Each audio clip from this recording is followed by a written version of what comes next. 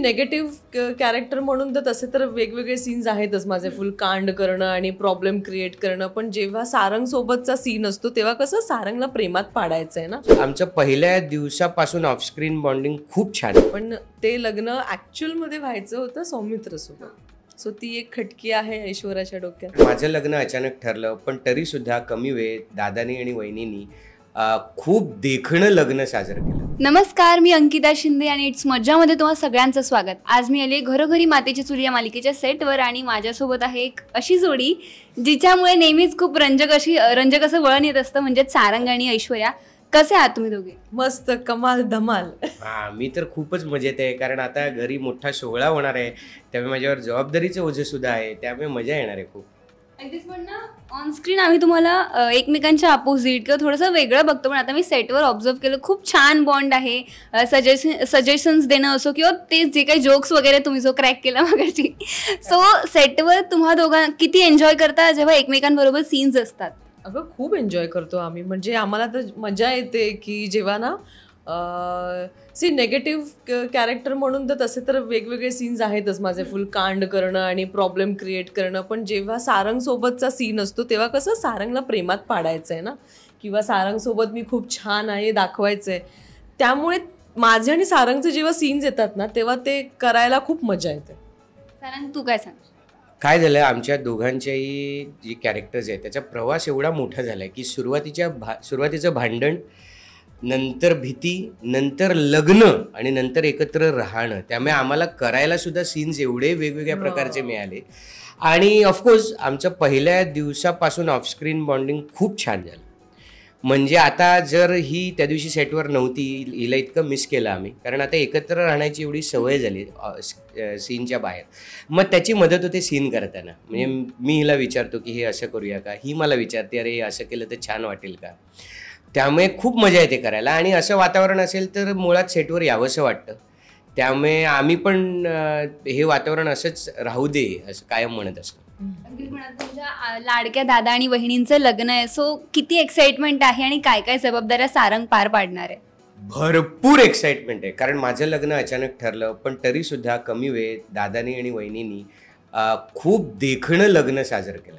आणि आता आम्हाला संधी मिळाली. बरं, पूर्वी सारंग एकटा होता, पण आता ऐश्वर्याचा सपोर्ट आहे. त्यामुळे तर हे लग्न कसं दणक्यात होईल, कसं स्पेशल होईल, कसे वेगवेगळे इव्हेंट्स एकाहून एक भारी होतील, असं सगळं माझ्या डोक्यात आहे. आणि हे सगळं ओवीसाठी करायचं आहे. सो एक हळवा त्याच्यात एक कोपरा आहे की ती नव्हती, तिची इच्छा आहे, तिची इच्छा पूर्ण करायची आहे. त्यामुळे दोन्ही रिझन्स एकत्र आल्यामुळे ते डबल धमाक आहे. इट्स मज्जा.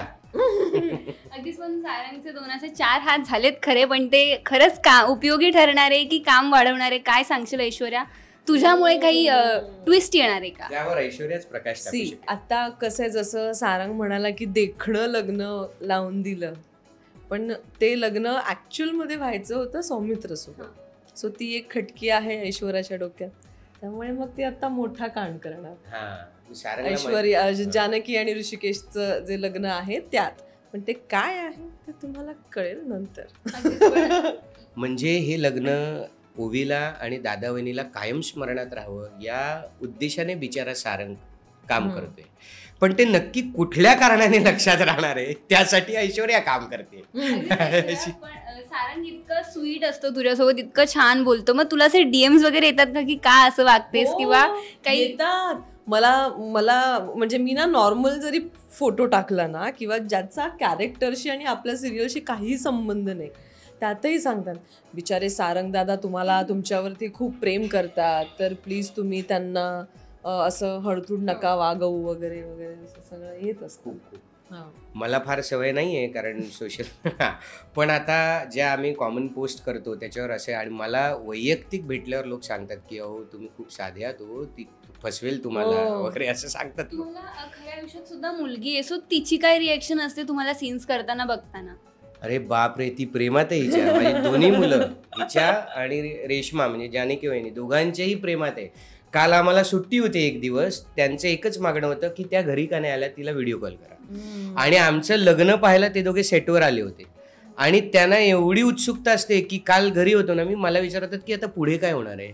मग पुढे काय होणार आहे, मग ऐश्वर्याताई लग्नात काय करते, मग तुम्ही काय घालणार आहात, एवढी उत्सुकता आहे त्यांना, खूप प्रेमात आहे तिच्यात. अगदीच पण आता मोठा इव्हेंट असणार आहे म्हटल्यावर तुमचे वेगवेगळे लुक सुद्धा असतील, सो त्याबद्दल काही माहिती आहे का किंवा ती एक्साइटमेंट आहे का? अजून मलाच माहित नाहीये की काय लुक्स असणार आहे. मी माहितीये हो, मी म्हणजे होस्ट यजमान मी आहे, त्यामुळे मी सगळी तयारी केलेली आहे. लुक्स हम्म. रिव्हील होतील मग हळूहळू. तू मला साडी गिफ्ट करणार आहेस का म्हणजे काय, मी ऑलरेडी प्लॅन करून सगळं सगळ्या केलेलं आहे. फंक्शन्स मध्ये?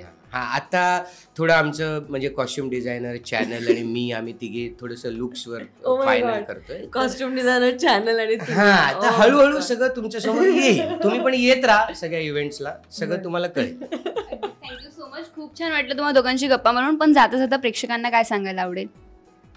हेच माझ्या दादा वहिनीचं लग्न आहे, या लग्नाला जरूर या, आणि आलात तर जेवल्याशिवाय जाऊ नका. आणि त्या लग्नात मी काय कांड करणार आहे हे पाहिल्याशिवाय जाऊ नका. हा, त्यामुळे डबल धमाका आहे लग्नाला. नॉर्मली कसं लग्नाला जाताना आपल्याला माहित होतं मंगलाष्टक होणार, अक्षता टाकायचा, आशीर्वाद द्यायचा, जेवायचं, घरी जायचं. पण या लग्नात नक्की काय होणार तुम्हाला माहित नाहीये, त्यामुळे ते पाहायला या.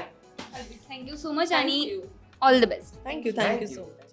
मराठी चित्रपटसृष्टीतील लेटेस्ट अपडेट्स आणि गॉसिपसाठी आमच्या चॅनेलला सबस्क्राईब करा आणि बेल ऐकन दाबायला विसरू नका.